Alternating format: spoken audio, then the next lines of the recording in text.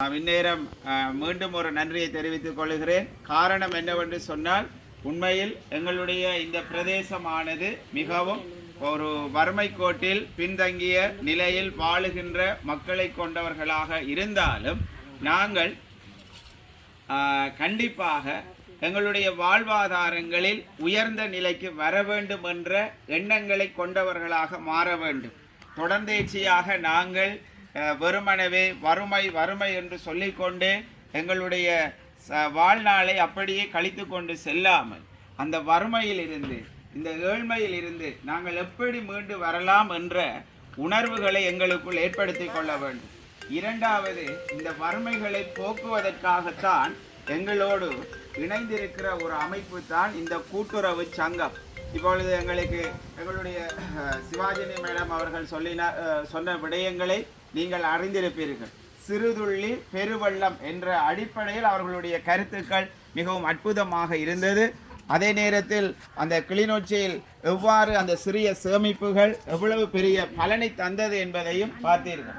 நாங்கள் ஏதோ அந்த கடந்த ஒரு சகோதரி கூறினார் 3 கூட்டங்களுக்கு வந்த நாங்கள் அந்த 3 கூட்டத்துக்கு வந்த நாங்கள் ஆனால் சேமிப்பு ஒன்றும் செய்யவில்லை. உண்மையில் அவர்கள் 3 கூட்டத்திற்கு வந்தார்கள். முதலாவது கூட்டத்திற்கு வரும்பொழுது நாங்கள் கூட்டுறவு சங்கத்தினுடைய நோக்கங்களை சிறிய அளவில் சொல்லியிருந்தோம். 2வது கூட்டத்திற்கு வந்திருந்தார்கள் நிவாரணங்களை பெற்றுக்கொள்வதற்கு. 3வது கூட்டத்தில் இந்த கலந்து கொண்டிருக்கிறார்கள். ஆனால் உண்மையில் இங்கு இருக்கின்றவர்களுக்கு இந்த கூட்டுறவு தொடர்பான ஒரு தெளிவு சரியாக இல்லை என்பது என்னுடைய தாழ்மையான கருத்து.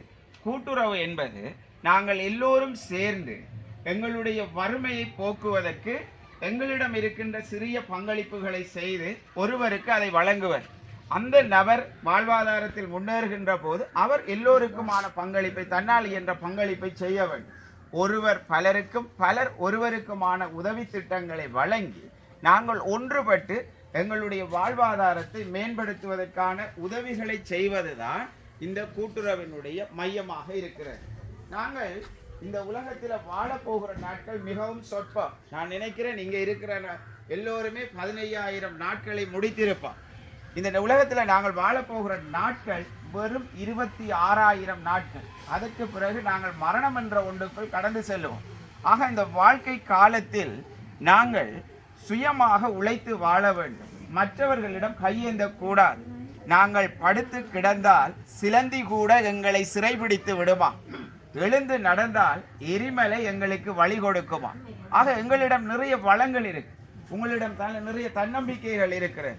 இந்த பகுதிகளில் நிறைய தென்னை மரங்கள் இருக்கிறது. மீன்பிடிக்கான சுற்றி உங்களை சுற்றியே ஆறு தான் இருக்குது. அப்போ அந்த வளங்களை பயன்படுத்தலாம். அந்த அம்மாவை எனக்கு தெரியும், ஓய்வில்லாமல் சந்தைகளில் வியாபாரங்களை செய்கிற ஒரு அம்மா. இங்கிருந்து கொண்டு நீலாவணை பெரிய கல்லாறு போன்ற இடங்களில் எல்லாம் தன்னை அர்ப்பணித்து வியாபாரத்தில் செய்வார். நான் அடிக்கடி அவதானித்து கொண்டிருக்கேன். அப்படி உங்களை நீங்கள் அர்ப்பணியுங்கள். உங்களுடைய சிறிய வியாபார முயற்சிகளுக்கு நாங்கள் நேற்றைய தினத்தில் சந்திரநாதன் சார் அவர்கள் கதைக்கும் பொழுது கூறினால், ஒரு நாள் கடன் பற்றி கூறினால் மிகவும் அற்புதமான ஒரு திட்டம். உங்களுடைய ஒரு நாள் வியாபாரத்திற்கு நீங்கள் செல்லும் பொழுது எங்களுடைய சங்கத்தில் நீங்கள் கடனை பெற்றுக்கொண்டு அந்த வியாபாரத்தை செய்து அதன் மூலம் பெற்றுக்கொள்கிற லாபம் உங்களுக்கு. நீங்கள் அதில் 1 ரூபாயும் எங்களுக்கு கட்ட தேவை. ஆனால் நீங்கள் அன்றைய நாளில் பெற்றுக்கொண்ட கடன் தொகையை அன்று மாலையை கொண்டு கட்ட வேண்டும்.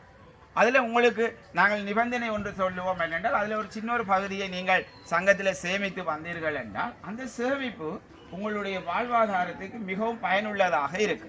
இதுதான் இந்த கூட்டுறவினுடைய நோக்கம். யாரும் தவறாக விளங்கி கொள்ளக்கூடாது. என்னது, இந்த கூட்டுறவில் சேர்ந்தோம் என்றால் நமக்கு 1,00,000 ரூபாய் நிதி கிடைக்கும், அல்லது 50 ரூபாய் பணத்தை எடுத்துக்கொண்டு என்னுடைய மகளினுடைய பிறந்தநாள் வருகிறது அல்லது கல்யாண வீடு வருகிறது, அதுக்கு போட்டு அந்த காசு